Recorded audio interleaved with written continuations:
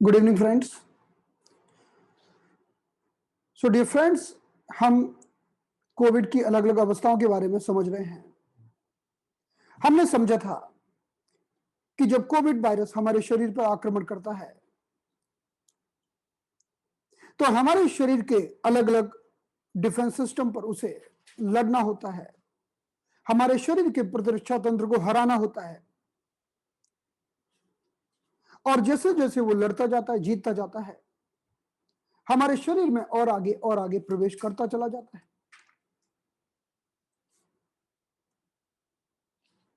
आप देखिए कि जो बहुत ज्यादा इंटेलेक्चुअल लोग हैं, जो सारा दिन कंप्यूटर, मोबाइल, लैपटॉप पर काम करते रहते हैं, अगर उनको कोविड का अटैक हो रहा है तो वो ज्यादा परेशान है।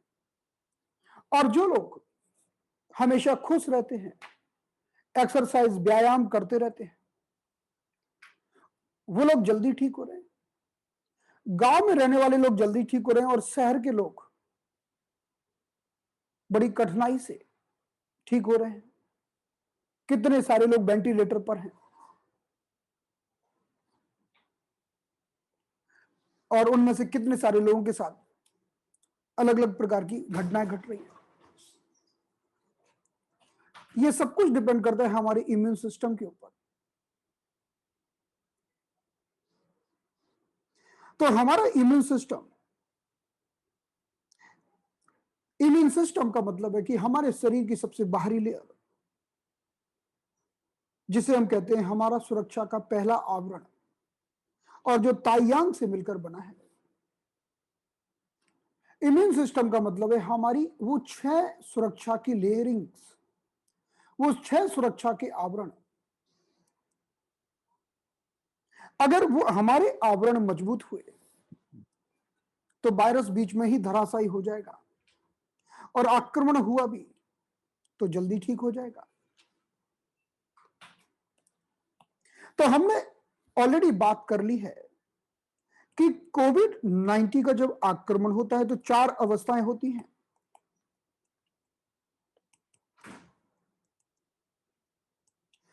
पहली अवस्था को हम कहते हैं प्रिवेंशन फेज, कैसे बचा जाए। दूसरी अवस्था को कहते हैं फ्लू फेज, जब सर्दी खांसी का आक्रमण हो जाता है, जब गला खराब हो जाता है, सोर थ्रोट हो जाता है, टॉन्सिलाइटिस, फेरिंजाइटिस हो जाती है, जब अपर रेस्पिरेटरी ट्रैक्ट इंफेक्शन हो जाता है, उसे हम फ्लू फेज कहते हैं। और इसमें फीवर भी चालू हो जाता है। और तीसरी अवस्था होती है जिसे हम कहते हैं निमोनिया फेज। निमोनिया फेज में वायरस और अंदर चला जाता है और हमारे लंग के एल्विलाई को डैमेज करके निमोनिया पैदा कर देता है। और चौथी अवस्था होती है रिकवरी, यानी ठीक होने के बाद भी हम कुछ समय तक परेशान रहते हैं, जिसे हम कहते हैं कोविड के बाद की होने वाली तकलीफ है। तो हम बात कर चुके हैं प्रिवेंशन की और फ्लू की। अब हम आज बात करने वाले हैं निमोनिया फेज की। हमारे शरीर के जो 6 सुरक्षा के आवरण हैं, 1, 2, 3, 4, 5 और 6, तो जब वायरस का आक्रमण पहले और दूसरे लेवल पर होता है, पहले लेवल को हम कहते हैं ताइयांग और दूसरे लेवल को कहते हैं हम यांग मिंग। तो जब वायरस और बैक्टीरिया का आक्रमण हमारे पहले और दूसरे लेवल पर होता है तो इसे हम कहते हैं फ्लू फेज, यानी हमारे शरीर में बहुत सारे सिम्टम पैदा होते हैं और उन सिम्टम्स में हम उसी समय सिम्टम को जानकर, पहचान कर और जो पॉइंट्स की जरूरत है लगाकर हम ठीक कर सकते हैं। लेकिन अगर हमारा सुरक्षा तंत्र कमजोर हुआ और वायरस और अंदर चला गया तो अब अंदर आएगा तीसरे, चौथे, पांचवें और छठवें फेज में। अब अलग अलग सिम्टम पैदा होंगे। निमोनिया होगा, नींद उड़ जाएगी, मुंह का स्वाद कड़वा, पता नहीं क्या क्या होगा। अब हम उनकी बात करेंगे। तो अब वायरस ने हमारे पहले और दूसरे सुरक्षा तंत्र को हरा दिया और अब वो प्रवेश कर रहा है निमोनिया फेज की ओर।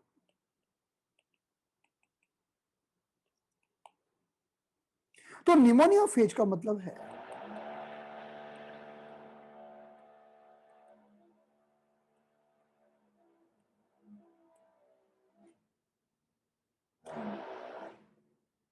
निमोनिया फेज का अर्थ हुआ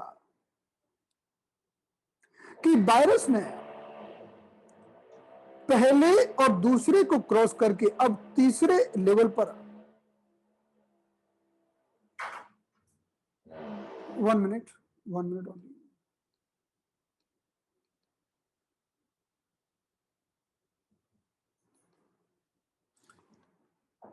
तीसरे लेवल पर आक्रमण कर दिया है।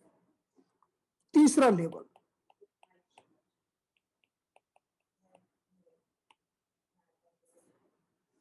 और तीसरे लेवल पर आक्रमण कर दिया। तो तीसरा लेवल होता है जिसे हम कहते हैं द लेवल ऑफ शाओ यांग।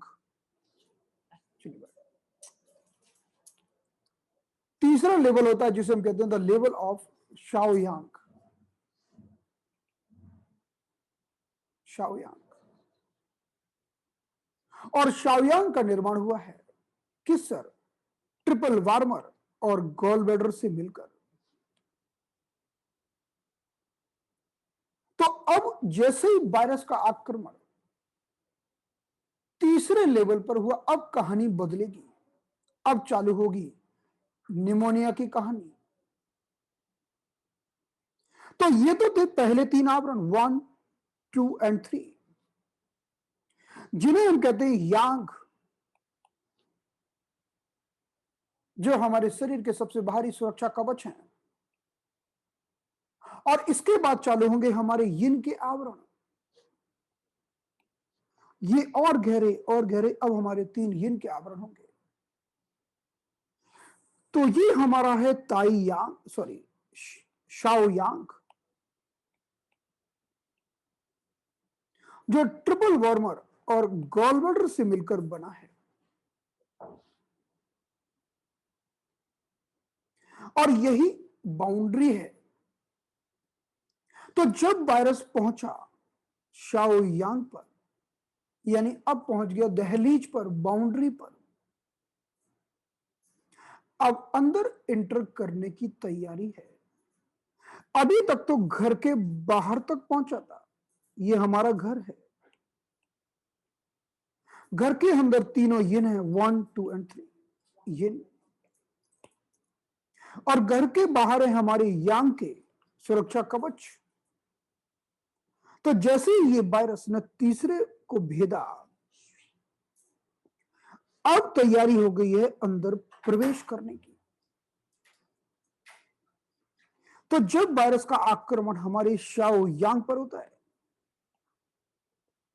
तब हम कहते हैं कि अब बात बदल गई है, अब बात बढ़ गई है। अब वायरस पहुंच गया बॉर्डर लाइन पर। अब जैसे ही इंटर करेगा घर के अंदर, तो कहानी और गड़बड़ होने वाली है। तो सबसे पहले तो कहानी यहीं पर गड़बड़ हो जाएगी, ट्रिपल वार्मर और गॉल ब्लैडर पर। क्योंकि ट्रिपल वार्मर क्या है? ट्रिपल वार्मर एक ऐसा मेरिडियन है जिसका संबंध बहुत गहराई से हमारे ब्रेन के साथ है। ट्रिपल वार्मर एक वो मेरिडियन है जो हमारे सारे सेंसेस को कंट्रोल करता है और हमें एहसास कराता है सुगंध का, स्मेल का, स्वाद का, टेस्ट का। तो अब स्वाद जाने लगेगा। तो जब स्वाद जाने लगे, तो समझ जाना कि वायरस का आक्रमण ट्रिपल वार्मर तक पहुंच चुका है। अब स्वाद को वापस लाने के लिए, सुगंध को वापस लाने के लिए आपको ट्रिपल वार्मर और गॉल ब्लैडर के लेवल पर कुछ करना पड़ेगा। ट्रिपल वार्मर का सीधा संबंध हमारे ब्रेन से होता है, हमारे ब्रेन के हाइपोथैलेमस से होता है और सेंसरी सेंसेस से इसका बड़ा गहरा संबंध है। तो जब भी ट्रिपल वार्मर और गॉलब्लैडर के लेवल पर वायरस पहुंच जाए, यानी थर्ड लेवल पर वायरस पहुंच जाए, तो सिम्टम क्या पैदा होंगे? क्योंकि जब वायरस ने पहले लेवल पर आक्रमण किया था तो ठंडी लगती थी, ठंडी लगना। जब वायरस ने दूसरे लेवल पर आक्रमण किया था तो गर्मी लगती थी, गर्मी लगना। और जब इन दोनों को पार करके वायरस तीसरे लेवल पर पहुंचेगा तो कभी ठंडी लगेगी तो कभी गर्मी लगेगी। तो जब व्यक्ति बोले कि कभी ठंडी तो कभी गर्मी, कभी कोल्ड चिल तो कभी फीवर, तो समझ जाना अब वायरस तीसरे लेवल पर पहुंच गया है। जब व्यक्ति बोले कि सुगंध नहीं आ रही है, सेंसेस गड़बड़ा रहे हैं, तो वायरस तीसरे लेवल पर पहुंच गया है। जब ऐसा लगे कि जब वायरस अंदर पहुंचेगा तो क्या होगा? अभी तक तो वो श्वास पथ तक था, अभी तक वो लंग्स तक पहुंच नहीं पाया था, पहुंचने की तैयारी में था। और जैसे ही वायरस ने साओयांग के लेवल पर प्रवेश करना चालू किया तो अब चालू होगा छाती में भारीपन और सबसे बड़ा साइन। क्योंकि जब हम बात करते हैं ट्रिपल वार्मर की और गॉलब्लैडर की, और जब हम बात करते हैं गॉलब्लैडर की, तो हमारी पसलियां दर्द करना चालू कर देती हैं। अगर गॉलब्लैडर में कोई भी तकलीफ होती है, मुख्य रूप से दर्द होता है हमारी नीचे वाली पसलियों में। इसे हम कहते हैं हाइपोकॉन्ड्रियम। तो हाइपोकॉन्ड्रियम में पेन चालू हो जाए तो समझ जाना अब बात गॉल ब्लैडर तक पहुंच गई है। अगर हम पेट को 9 भागों में बांट दें,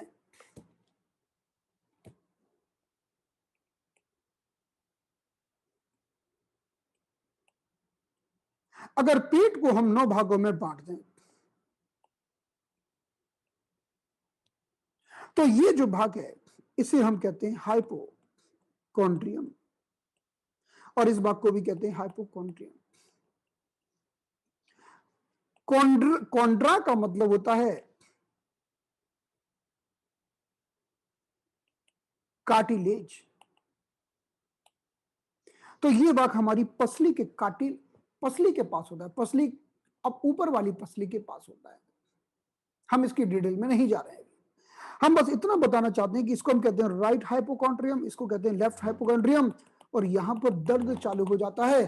तो जब यहां पर दर्द होता है तो कहानी अब गॉल ब्लैडर तक पहुंच गई है, तीसरे लेवल तक पहुंच गई है।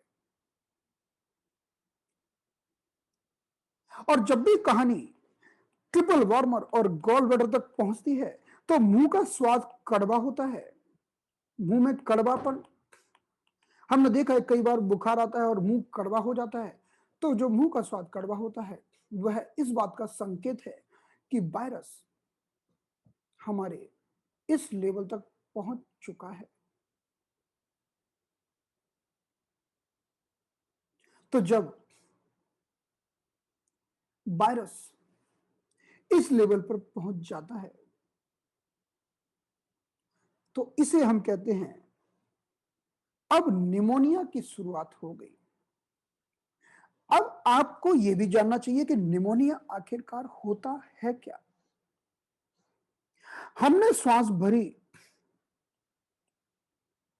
और श्वास हमारे दोनों लंग्स में चली गई।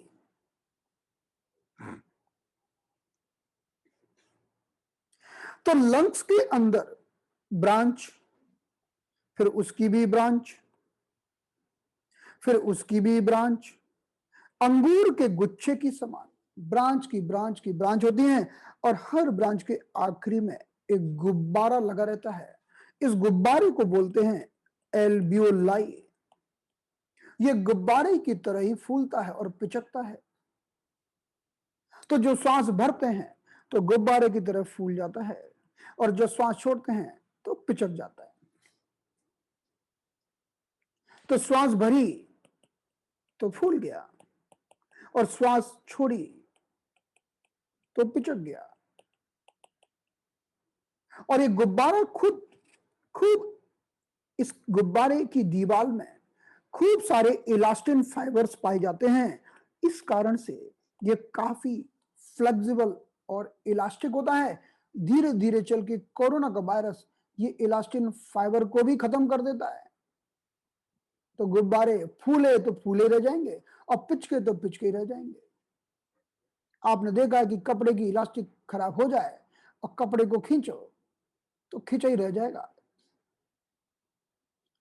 तो ये उसका अगला टारगेट होगा कोविड वायरस का, कि एल्वियोलाई के इलास्टिन फाइबर को डैमेज करना। इसके लिए बड़ी तैयारी करके आता है वायरस। तो अभी हमने ये जाना कि जब कोरोना का वायरस आक्रमण करते करते हमारे एल्वियोलाई के अंदर आ गया, यह है कोरोना का वायरस, ये कोरोना। तो इसकी और हमारे शरीर के डब्ल्यूबीसी की लड़ाई होगी। हमारे शरीर के डब्ल्यूबीसी होते हैं, हमारे शरीर के डब्ल्यूबीसी पुलिस मैन की तरह काम करते हैं। और उसके भी जैसे पुलिस डिपार्टमेंट में sub inspector, inspector, superintendent of police, havildar, ऐसे बड़े बड़े अलग छोटे बड़े बहुत सारे पद पाए जाते हैं। ऐसे हमारे डब्ल्यूबीसी के भी बहुत सारे टाइप हैं। हम जानते हैं मैक्रोफेज, लिम्फोसाइट, न्यूट्रोफिल, इयोसिनोफिल। ये क्या है? डब्ल्यूबीसी का मतलब है पुलिसमैन, और ये अलग अलग टाइप के पुलिसमैन हैं। किसी का काम एलर्जी से लड़ना, किसी का काम किसी को पटक के मारना, और सबसे खतरनाक जो हमारे कमांडो पुलिस हैं वो है लिम्फोसाइट। अरे बड़ी खतरनाक लड़ाई लड़ते हैं लिम्फोसाइट। तो हमारे पुलिसमैन यानी डब्ल्यूबीसी, मैक्रोफेजेस आके लड़ते हैं इस वायरस से। तो एक तरफ वायरस और एक तरफ हमारे फाइटर सेल, जब इनकी लड़ाई होती है तो हमारे शरीर के जो सेल्स होते हैं वो कुछ केमिकल का सीक्रेशन करते हैं, केमिकल बम छोड़ते हैं इस वायरस को तोड़ने के लिए, मारने के लिए। तो यहां का वातावरण काफी अलग हो जाता है, और यहां के वातावरण में कई सारे मरे हुए सेल पाए जाते हैं। कुछ वायरस के मरे हुए सेल होते हैं और कुछ डब्ल्यूबीसी के मरे हुए सेल होते हैं। और वो मरे हुए सेल और इस लड़ाई में जो केमिकल सीक्रेशन किया जाता है, इन सब उसको हम बोलते हैं साइटोकाइन। ताकि साइटोकाइन का मतलब होता है कि हमारे पुलिसमैन के द्वारा छोड़ी गई गैस, छोड़े गए केमिकल, छोड़े गए बम ताकि वायरस को मारा जा सके। तो आंधी चलती है, इस आंधी को बोलते हैं हम साइटोकिन की आंधी। खूब सारा साइटोकिन छोड़ा जाता है और इसे कहते हैं हम साइटोकिन स्टॉर्म। एक आंधी की तरह, तूफान की तरह आते हैं और खूब लड़ाई चलती है। उस लड़ाई में हमारे लंग के अंदर पस का निर्माण होता है। इस पस में मैक्रोफेज होते हैं, इस पस में कोरोना वायरस के पार्टिकल्स होते हैं, मरे हुए सेल होते हैं। तो इधर के भी और उधर के भी, और वो सारे के सारे यहां पर पाए जाते हैं। ये पस इकट्ठा होता है इसमें। अब ऐसा व्यक्ति करके थूक दे, तो जो वो थूकता है उस थूक में उसके खुद के डब्ल्यूबीसी भी हैं, उसके खुद के मैक्रोफेज भी हैं, और वो मरे हुए कोरोना भी है। लेकिन वो कोरोना इतने खतरनाक है वो वापस दूसरे बॉडी में जाकर फिर से जिंदा हो जाते हैं। वायरस का यही तो काम है कि वायरस पड़े रहते हैं, और जैसे ही उनको कोई बॉडी मिल गई तो एक्टिव हो जाते हैं, एकदम से फुल एक्टिव हो जाते हैं। तो जब यही व्यक्ति थूकता है उसके एक जरा से थूक में मिलियंस और मिलियंस वायरस होते हैं, मिलियन। मैं कोई 100, 200, 500, 1000 वायरस नहीं बोल रहा हूं, मिलियंस और मिलियन वायरस होते हैं। और जब व्यक्ति छींकता है तो छींक में तो आंधी चलती है वायरस की, इतने सारे वायरस एक साथ टूट पड़ते हैं। तो जब हमारे एल्वियोलाई के अंदर इतना सारा कचरा जमा हो गया, लिक्विड जमा हो गया, पस जमा हो गया, कफ जमा हो गया, फ्लेम जमा हो गया, अब व्यक्ति थूकेगा तो कफ निकलेगा। तो पहले तो हमारे एल्वियोलाई एकदम खाली थे और इसमें एयर थी। अब हमारे एल्वियोलाई के अंदर थोड़ा सा कफ भर गया और एयर के लिए जगह कम रह गई। तो इसी को हम कहते हैं निमोनिया की शुरुआत, या बोलेंगे माइल्ड निमोनिया। अभी तो बढ़ेगा, अभी तो पस और बढ़ेगा, अभी तो एल्वियोलाई और डैमेज होंगे, अभी तो एल्वियोलाई की दीवार पूरी क्षतिग्रस्त हो जाएगी, इतनी ज्यादा क्षतिग्रस्त हो जाएगी कि आगे चल के एल्वियोलाई ना तो फूल पाएंगे ना पिचक पाएंगे, फूले तो फूले रह जाएंगे और पिचके तो पिचके रह जाएंगे। वो घटना जब होगी तो उसके अलग अलग नाम है, उन चीजों को अलग अलग नाम दिया जाता है मेडिकल टर्मिनोलॉजी में। इलास्टिन फाइबर खराब हो गए, एल्वियोलाई जैसे थे वैसे बने रह गए। अब ये बताइए कि जब व्यक्ति ने श्वास भरा तो एल्वियोलाई फूल गए और श्वास छोड़ा तो पिचक गए। अब व्यक्ति ने श्वास भरा, एल्वियोलाई फूल गए, अब श्वास छोड़ा तो एल्वियोलाई अंदर ही नहीं जा रहे हैं। तो जब एल्वियोलाई पिचकेंगे नहीं तो श्वास छूटेगी नहीं बाहर। और दूसरा, जब व्यक्ति के एल्वियोलाई में इस तरह की घटना घट गई, अब वो श्वास लेगा, गहरी श्वास ले ही नहीं पाएगा। जैसे ही उसने गहरी सांसें भरी तो उसको खांसी चालू हो जाएगी। और धीरे धीरे क्या होगा कि एल्वियोलाई के अंदर थोड़ा थोड़ा पार्ट डैमेज होता जाएगा, इतना पार्ट खराब हो गया, फिर धीरे धीरे ये पार्ट खराब हो गया, फिर धीरे धीरे इस पार्ट ने खराब हो गया का मतलब कि उस पार्ट ने ऑक्सीजन की अदला बदली बंद कर दी। ऑक्सीजन की अदला बदली क्यों होती है? क्योंकि यहीं से हमारी बहुत सारी ब्लड वेसल्स होके जाती हैं और उनके द्वारा ऑक्सीजन की अदला बदली हो जाती है, क्योंकि एल्वियोलाई में जो ऑक्सीजन था वो ब्लड वेसल्स में चला जाता है। अब तो हमारे एल्वियोलाई के कुछ कुछ पार्ट में से धब्बे पड़ जाते हैं। जब आप एक्सरे देखोगे तो आपको सफेद रंग के धब्बे दिखाई देते हैं, सफेद रंग के धब्बे। वो जो सफेद रंग के धब्बे दिखते हैं लंग में दिखते हैं। जब आप लंग का सीटी स्कैन देखते हैं तो आपको सफेद सफेद रंग के बहुत सारे धब्बे दिखाई देते हैं। वो धब्बों का मतलब है कि उस पार्ट ने काम करना बंद कर दिया है, ऑक्सीजन का एक्सचेंज बंद कर दिया है। उन धब्बों को कहते हैं ओपेसिटी। ओपेसिटी का मतलब है कि धब्बे, और उसको बोलते हैं ground glass opacity, GGO। GGO। तो जब आपने किसी का सीटी स्कैन निकाला और उसमें GGO मिल गया, धब्बे मिल गए, मतलब ये कंफर्म साइन है कि इसको कोरोना पॉजिटिव है, क्योंकि ये कोरोना की ही करामात है। और बड़ी बात तो ये होती है कि ये घटना अंदर चलती रहती है और कभी कभी तो व्यक्ति को बाद में जब पता चलता है जब धब्बे पड़ जाते हैं। इसी को तो कहते हैं इंक्यूबेशन पीरियड। इंक्यूबेशन पीरियड का मतलब है कि वायरस अंदर गया, खूब लड़ा, डैमेज किया, धब्बे भी पड़ना चालू हो गए और आपको अब पता चला जाके 10 दिन के बाद। तो 10 दिन तक वायरस ने क्या किया? 10 दिन तक सारा यही तो किया। पहली फेज में पहले सुरक्षा आवरण से लड़ा, आपने को हल्का बुखार लगा, आपने पैरासीटामोल खा ली, आपको फिर पता ही नहीं चला। दूसरे सुरक्षा आवरण से लड़ा, आप गोलियां खाते रहे, आपको पता ही नहीं चला। अब पहुंच गया तीसरी अवस्था में और लंग में कर दी ओपेसिटी। अब आपको हो गई सांस लेने में तकलीफ, अब डाउन होगा ऑक्सीजन का लेवल। तो जैसे ही आपने सीटी स्कैन किया, सीटी स्कैन में मिले धब्बे धब्बे। अब सीटी स्कैन में ऐसे देती है, सीटी स्कैन में क्या करते हैं कि जो लंग होता है, एक दो लंग है, तो लंग को 25 टुकड़ों में बांट देते हैं, 25 टुकड़ों में, 25 पार्ट्स। और मानो इसमें से 3 पार्ट खराब हो गए, तो लिख देंगे 3/25 कि 25 में से 3 गए, 25 में से 3 ने काम करना बंद कर दिया। 7/25 यानी 25 में से 7 गड़बड़ हो गए। 12/25 यानी 25 में से 12 गड़बड़ हो गए। यानी लंग का जितना जितना पार्ट गड़बड़ा जाएगा, उतने उतने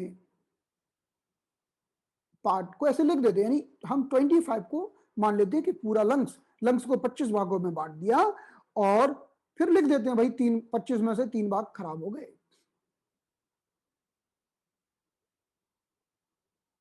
तो जब हमारे लंग्स के ये कुछ कुछ भागों में कफ भर जाता है, इसी को तो निमोनिया कहते हैं।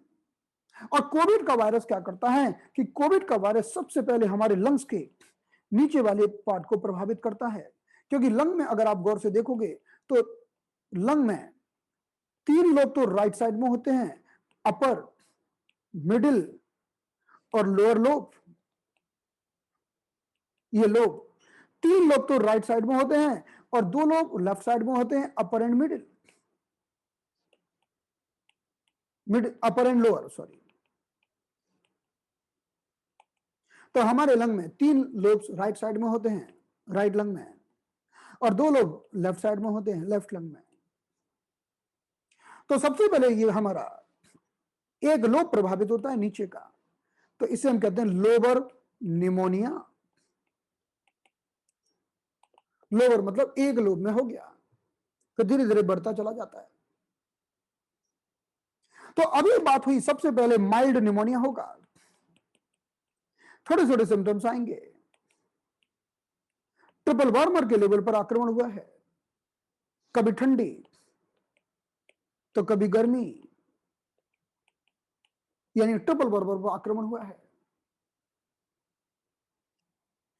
कड़वा मुंह यानी ट्रिपल वार्मर पर आक्रमण हुआ है। पसलियों में दर्द, पसलियों में दर्द, छाती में भारीपन, यानी ट्रिपल वार्मर में आक्रमण हुआ है। और ऑक्सीजन लेवल तो गिरना चालू हो ही जाएगा, जिसे हम कहेंगे हाइपोक्सिया। हाइपोक्सिया सामान्य रूप से ऑक्सीजन का लेवल 95, 96, 97, 98, 99 होना चाहिए, अब घटेगा। तो अब इस अवस्था में हम क्या करें? तो जब किसी को माइल्ड निमोनिया की स्थिति आ जाती है, तो हम वो कौन से बिंदु हैं जिनका प्रयोग करके इस अवस्था को ठीक कर सकते हैं? तो सबसे पहला जो बिंदु है ट्रिपल वार्मर 5, यह कोई सामान्य बिंदु नहीं है। पहली बात तो ट्रिपल वार्मर 5 एक ईओबी का पॉइंट है, ईओबी का पॉइंट यानी एक्स्ट्रा ऑर्डिनरी वेसल्स का पॉइंट है। ट्रिपल वार्मर 5 एक लियो कनेक्टिंग पॉइंट है।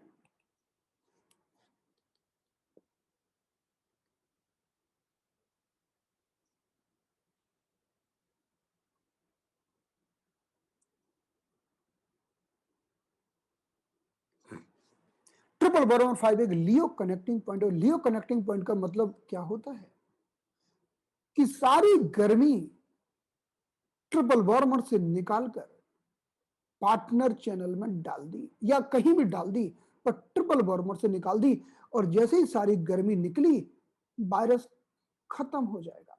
यानी वायरस को फ्यूल ही नहीं मिलेगा। वायरस आपके शरीर में है, लेकिन ताकत और ऊर्जा तो उसको आपके शरीर से ही चाहिए।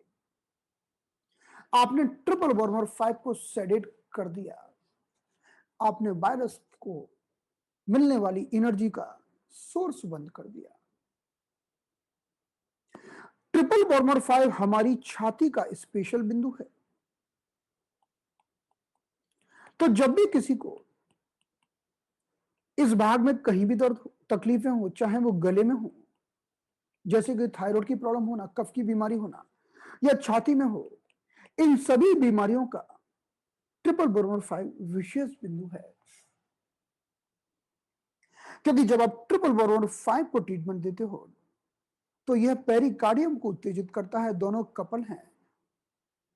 और पेरिकार्डियम का अर्थ है हमारे हार्ट की कवरिंग।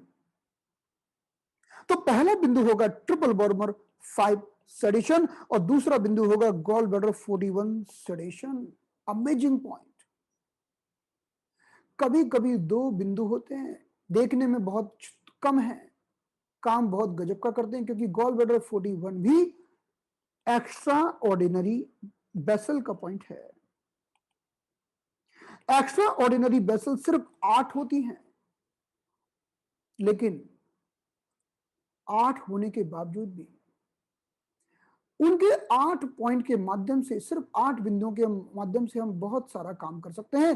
तो गॉल ब्लैडर 41 के द्वारा पसलियों का दर्द, छाती का भारीपन, हाइपोकॉन्ड्रिया का पेन और तीसरी अवस्था में पहुंचे हुए वायरस को हम खत्म कर सकते हैं। दोनों पॉइंट को हम सेडिट करेंगे। हम एक पॉइंट और लेते हैं जिसका नाम है गवर्न गॉल ब्लैडर 34 सेडिशन। ये भी गॉल ब्लैडर का पॉइंट है, इसको भी हम सेडिट कर देते हैं। अब एक चीज मैं और बताना चाहता हूं आपको कि देखिए, गॉल ब्लैडर को ऊर्जा लिवर से प्राप्त होती है। लिवर हमारा, हालांकि लिवर यिन में आता है, लेकिन हम कुछ बिंदु लिवर के लगा देते हैं तो गॉल ब्लैडर का भी काम हो जाता है। तो जब हम लिवर 2 और लिवर 3 को सेडेट करते हैं तो अब हमारा हार्ट बच जाता है, क्योंकि लिवर 2 लिवर 3 हार्ट के लिए सर्वोत्तम बिंदु है। कहने के लिए लिवर पर हैं, लेकिन अगर आप पूछेंगे कि लिवर 2 और लिवर 3 का काम क्या है, तो हम कहेंगे कि लिवर 2 और लिवर 3 का काम है हार्ट को सेफ रखना।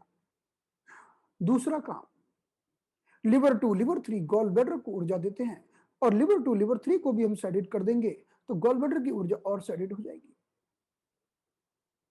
तीसरा, लिवर 2 और लिवर 3 हमारे सेंट्रल लाइन को ऊर्जा देते हैं, तो हम इन दोनों बिंदुओं को भी सेडेट कर देते हैं।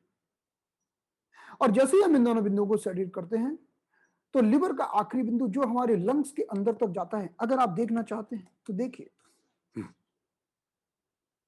लिवर मेरिडियन का जो अंतिम बिंदु है जिसका नाम है लिवर 14 लिवर 14, वह खत्म ही हमारे लंग्स में होता है। और लिवर मेरिडियन से एक ब्रांच निकलकर हमारे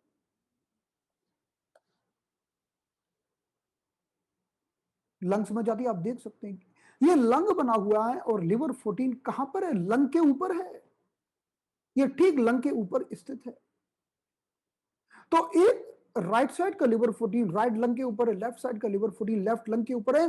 और ये कहां पर है? हमारे लंग के सबसे नीचे वाले लोब पर है, जिसका निमोनिया सबसे पहले होता है, जिसे हम कहते हैं लोअर निमोनिया। तो जब हम लिवर 2 और लिवर 3 को सेडेट करते हैं तो डायरेक्ट हमारे लंग के ऊपर काम होता है। तो हमें निकालना है वायरस को तीसरे लेवल से, लेकिन हमने लिवर 2 और लिवर 3 के 2 पॉइंट और लगा दिए। इस प्रकार से हमने इस अवस्था में पहुंचे हुए वायरस का ऊर्जा सोर्स बंद कर दिया। अब इसके अलावा फीवर के स्पेशल पॉइंट, फीवर को सबसाइड करने के लिए अब हम 2 पॉइंट और लगाएंगे। 2 पॉइंट और लगाएंगे और उनका भी लक्ष्य होगा वायरस के अटैक को खत्म करना। उन 2 बिंदुओं का नाम है गवर्निंग वेसल 12 और गवर्निंग वेसल 13। दोनों को सेडेट कर देंगे। गवर्निंग वेसल 12 और गवर्निंग वेसल 13 ये कहां होते हैं?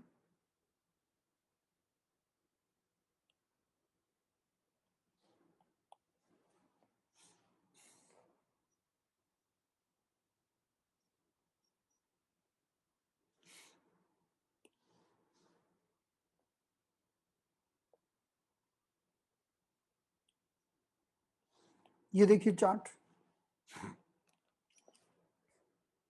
हमारी ये गर्दन है, ये गर्दन की समाप्ति है जिसे हम कहते हैं सर्वाइकल 7। तो जहां गर्दन समाप्त हो जाती है उसके ठीक बाद से हमारी थोरेसिक वर्टिब्रा स्टार्ट होती है, इसे हम कहते हैं थोरेसिक 1। फिर इसके नीचे दूसरी वर्टिब्रा होती है, इसे हम कहते हैं थोरेसिक 2। तो C7 और थोरेसिक 1 और 2 के बीच में हमारा यह बिंदु है जिसे हम कहते हैं गवर्निंग वेसल 13। और उसके नीचे अगला बिंदु है जिसे हम कहते हैं गवर्निंग वेसल 12। हम पहले जो बिंदु लगा रहे थे, हम साइड में लगा रहे थे यूरिनरी 12 और 13 पर। अब हम बीचों बीच आ गए क्योंकि अब वायरस का आक्रमण हमारे सेंट्रल लेवल पर हो रहा है।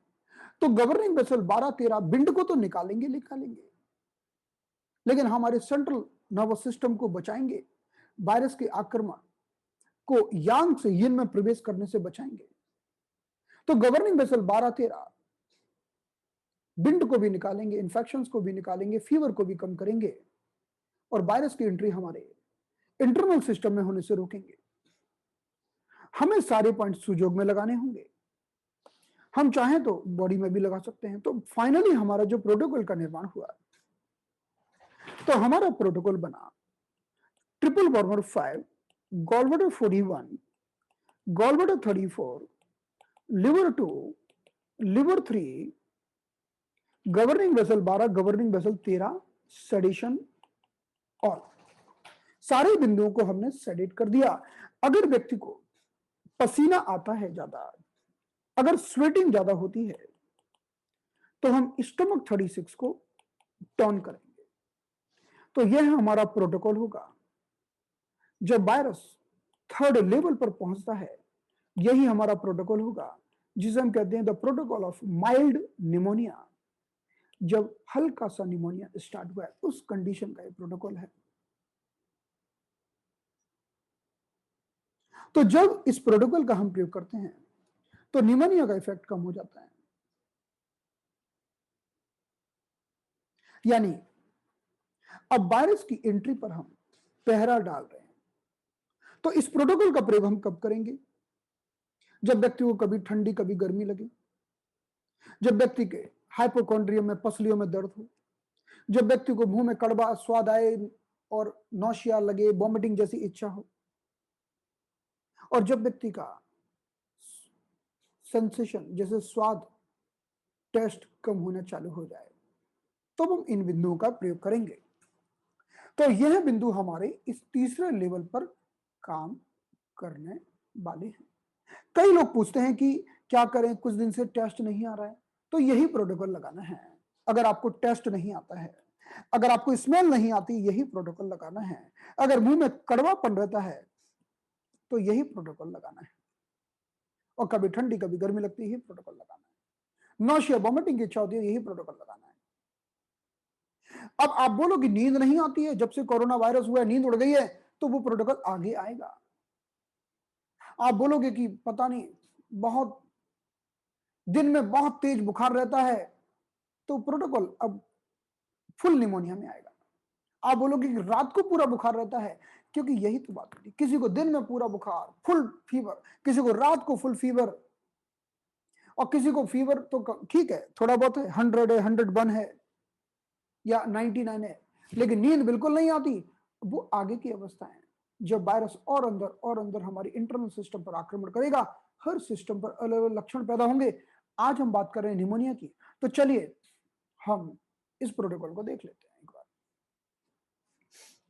इसके बाद हम एक और भी प्रोटोकॉल का डिस्कशन करेंगे, चाहे फिर माइल्ड निमोनिया हो या फुल निमोनिया हो, तो वो प्रोटोकॉल सभी प्रकार के निमोनिया पर काम करेगा। यह प्रोटोकॉल स्पेशली है तीसरे लेवल पर होने वाले आक्रमण के अनुसार। तो चलिए इन पॉइंट की लोकेशन देख लेते हैं एक बार।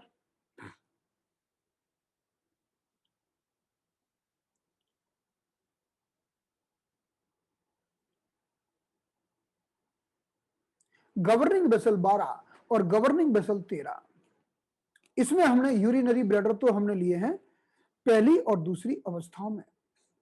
अभी तो हम बात कर रहे हैं गवर्निंग वेसल की, क्योंकि वायरस तीसरी अवस्था में एंटर कर चुका है।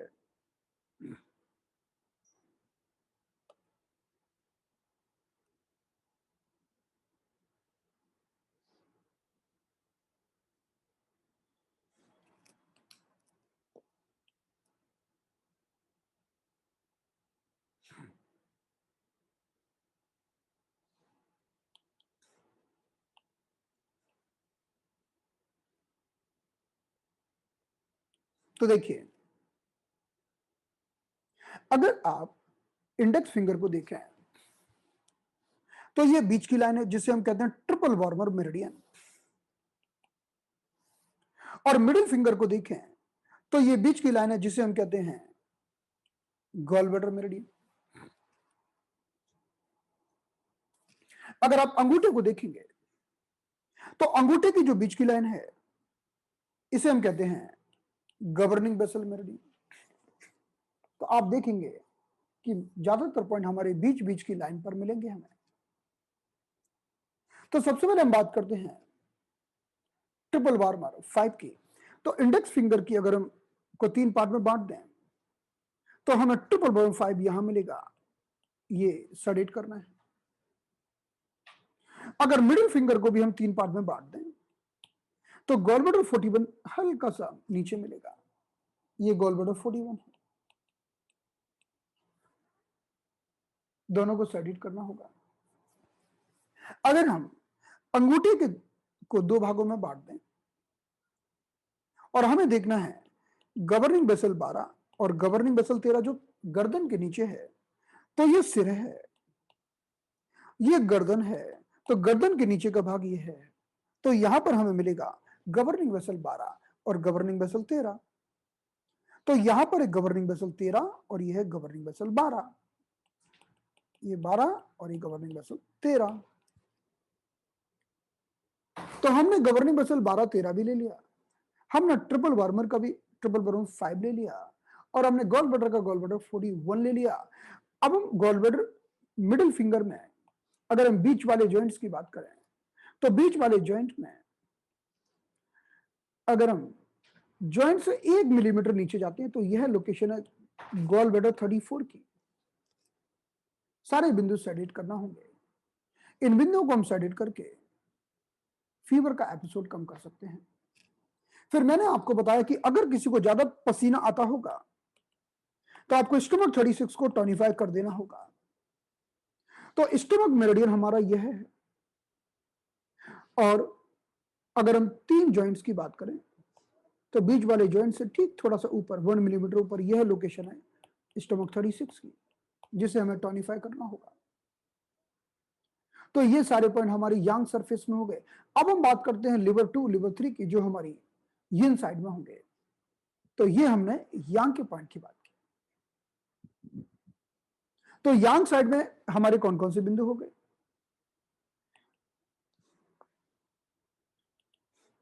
Triple warmer 5, gall bladder 41, gall bladder 34,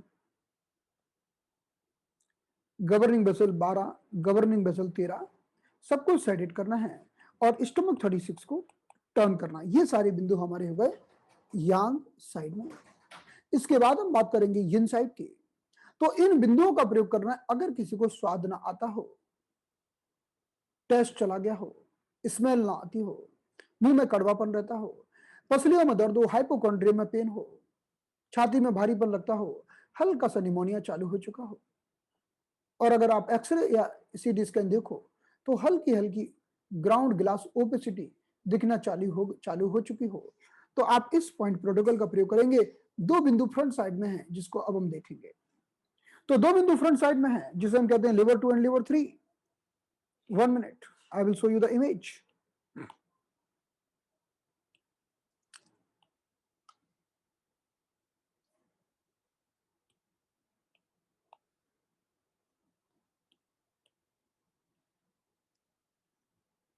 तो अगर इसमें हम देखें हमारे मिडिल फिंगर में लिवर का मेरिडियन साइड से स्टार्ट होता है, फिर बीच में चला जाता है, ये लिवर का मेरिडियन। तो अगर हम मिडिल फिंगर को 3 भाग में बांट दें तो हमारा लिवर 2 और लिवर 3 यहां पर मिलेगा, लिवर 2 और लिवर 3 दोनों को सेडिट करना होगा, और इन 2 बिंदुओं को सेडिट करके हम पूरा अपना कंप्लीट प्रोटोकॉल कर सकते हैं। तो ये सारी बात हुई माइल्ड निमोनिया फेज की।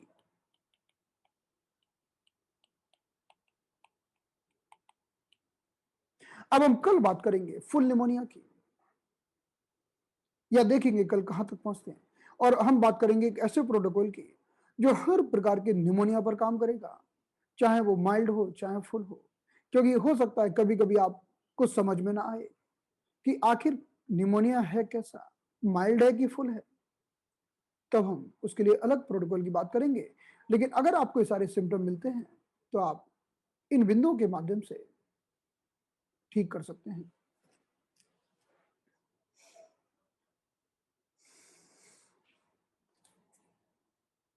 तो आज की क्लास को हम यहीं पर समाप्त करते हैं। बेल्चिंग भी होता है 14 दिन के बाद, आपकी बात सच है। हम बात करेंगे, वो रिकवरी फेज में आएगा। रिकवरी में अभी तो निमोनिया की बात चल रही है, तीसरी अवस्था की बात चल रही है। जब निमोनिया खत्म हो जाएगा तो रिकवरी फेज आएगी, जिसमें सारे सिम्टम डिस्कस किए जाएंगे कि जब कोविड चला जाता है तो क्या क्या होता है, उस तब भी वो हम डिस्कस करेंगे। Okay, so now closing the session. Thank you so much.